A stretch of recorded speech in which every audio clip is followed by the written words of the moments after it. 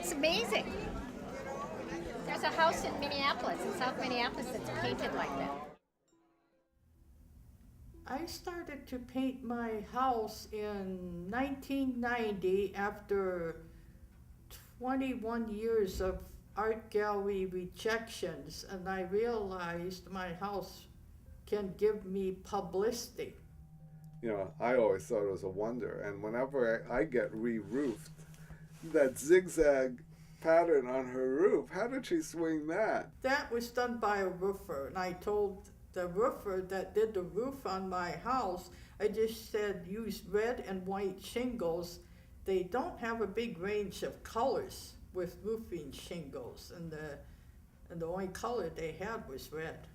I guess I first really tied in with her when she was beleaguered because of some of the controversial quote unquote stuff she was mounting in front of her house. They said a Klansman, but all it was just a highway cone, a white highway cone with arms and legs.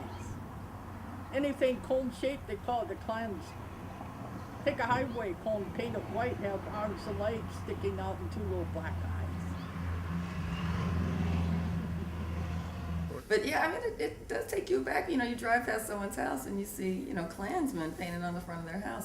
And a guy that I work with had told me about it. He's like, yeah, I could tell he was getting fired up and really disturbed about it. Her motivations were mixed, and probably, I'm not quite sure she knew what she might be getting herself into, except getting some attention and making, some form of a statement. But she said she couldn't get into galleries that easily, so her house would be that porch. They called me a racist and everything. I said, what artists paint does not necessarily mean that they believe in that. They're projecting what society actually does or believes in. But almost, when you drove past and looked at it, despite the fact it was the KKK, it had a very childlike and bright sense to it. And I know that may not make any sense to anybody, and somebody might be curious what the hell I would be saying that for. But honestly, it had a whimsy to it. It had a very fanciful quality to it that you couldn't really take it seriously. So you knew it was something wrong, but you just really couldn't you really couldn't understand why in that context. You just had to take it for what it was. It was unusual. I don't think it was meant in any malice. It was just what was manifested that day. Well, the controversy I did in 1998, I'm very proud of. It was after 10 years of vandalism, I decided to use political art. A lot of people love political art, but they rarely use it. I decided to use it to just get the neighbors and everybody angry at me, but it was just telling the attitude they had toward me. She was probably angry about something and it came out in her artwork, but her artwork has a very colorful, playful quality to it. And every time I got complaints on my house from neighbors, I got a lot of publicity, and I took advantage of the publicity with the city in and out of court and citations, and I kept decorating my house and elaborate even more. But then at the same time, vandalism was a major issue for 15 years, from 1990 to 2005. The house was just an abomination. Drunken teenagers. The cops knew it too, and I think eventually the cops at least scared them off. Vandalism was everything from setting the house on fire, breaking windows, graffiti, destroying artwork, theft. The egging was just disgusting. And there's still graffiti here and there on her house. The house has been repainted many times due to vandalism. The sculpture garden has been destroyed numerous times, and it has caused too many setbacks to finish any project. The vandalism ceased after 2005. The city didn't stop due to complaints from anonymous neighbors or people that don't even live in the neighborhood. The city was the next culprit, and after they took away my sculpture garden a couple times or sent out citations or threats or court, there's just been too many setbacks. If I didn't have those setbacks, I would have done the sculpture garden to completion a long time ago. I made a few good sales, real sales, with a couple of times over friends who came in from out of town who, this couple in LA, they bought a very big one. It was a unicorn, but not a cutesy one. But, and they went by the house. It was, with her, I think her sculpture garden was, it was before the city decided to vandalize it. And they just said, they're from LA. This is like the Watts Towers of South Minneapolis. I just wish more people would understand it as such.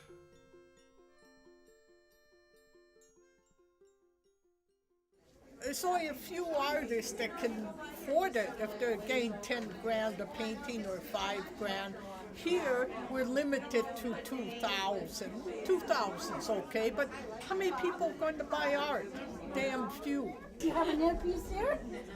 She's got one right here. Oh, you did. Oh, you did. How do you do this one? It's three-dimensional. It's acrylic paint squeezed out of a pastry tube. Oh, wow. Hey, Like cake decorating. this is neat. Pastry, Pastry tube. pastry too? Yeah, they use on frosting cakes. Oh, neat. I'd rather eat the frosting. Well, help yourself to the food. It's the usual stuff you see at art gallery shows. I don't like the line. People just come here for the food. See, they all love the food. Just the food? Yes. And then come and look at their own art or members of the family looking at their darling loved ones' art.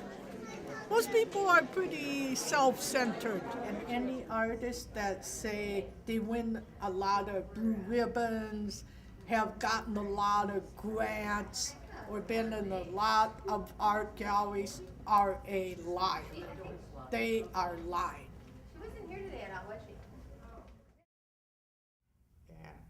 I used to watch television, and I remember a program on Pablo Picasso. I told my mother I wanted to be an artist and I'm going to make money. I have, a stack like that, I would guess, of color Xeroxes of a lot of her work. These creatures and fanciful animals, surrealistic things, situations, she does these anthropomorphizations of inanimate objects. I hate the fact that it has to be labeled, a disabled artist. She's really quite brilliant. I mean, so many artists that people admire, we come to find out had something wrong with them. So I hate that label that's been attached to her, but I just think she will be a very influential artist. If it's not influential woman artist, but influential artist. My dad was more supportive. In 1965, he went on disability, and he had a lot of free time, so he drove me to art fairs in the summer, and I paid for the gas, and I paid for his lunches, and I sold a little, but not much. And he took me to art fairs until 1978, until he wasn't able to drive. If you know Mari and know how kind of struggling internally she is, her art is always so happy and cheerful in a way. It's kind of funny to see the contrast between her personality and her artwork. And I think to really appreciate that, you kind of gotta meet her.